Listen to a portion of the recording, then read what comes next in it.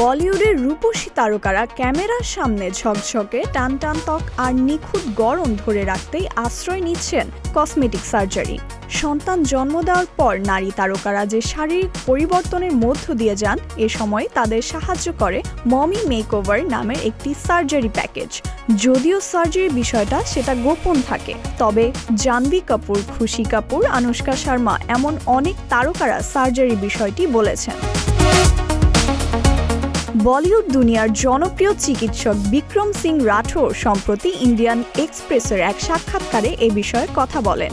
চিকিৎসক বিক্রম সিং রাঠোর বলেন, আমার নারী রোগীরা তাদের সৌন্দর্য নিয়ে খুবই সচেতন।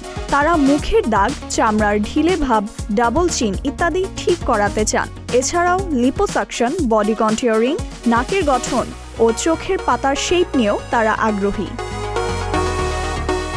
বিশেষ করে মমি মেকওভার খুবই জনপ্রিয় হয়েছে। এটি এক ধরনের কসমেটিক সার্জারি প্যাকেজ, যেখানে ব্রেস্ট আপলিফটমেন্ট, টামি টাক ও লিপোসাকশন একসঙ্গে করা হয়। বিক্রম জানান, গর্ভধারণ ও সন্তান জন্মের পর শরীরে যে পরিবর্তন আসে তা দেখে অনেক অভিনেত্রী হতাশায় ভোগেন, ক্যারিয়ার শেষ হয়ে যাচ্ছে বলে মনে করেন। এই সময় মমি মেকওভার তাদের আত্মবিশ্বাস ফেরাতে সাহায্য করে। তবে সব তারকারাই কিন্তু সার্জারির বিষয় গোপন রাখেন না। অনেকেই বিষয়টা খোলামেলাভাবে ভক্তদের জানান। এ তালিকায় আছে খুশি কাপুর। এক সাক্ষাৎকারে তিনি কসমেটিক সার্জারি করিয়েছেন বলে জানিয়েছেন। তিনি বলেন, আমি মনে করি এটা খুব বড় কিছু নয়, কিন্তু আমি মনে করি কেউ যদি নিজের ইচ্ছায় কিছু করায় সেটা খারাপ কিছু নয়।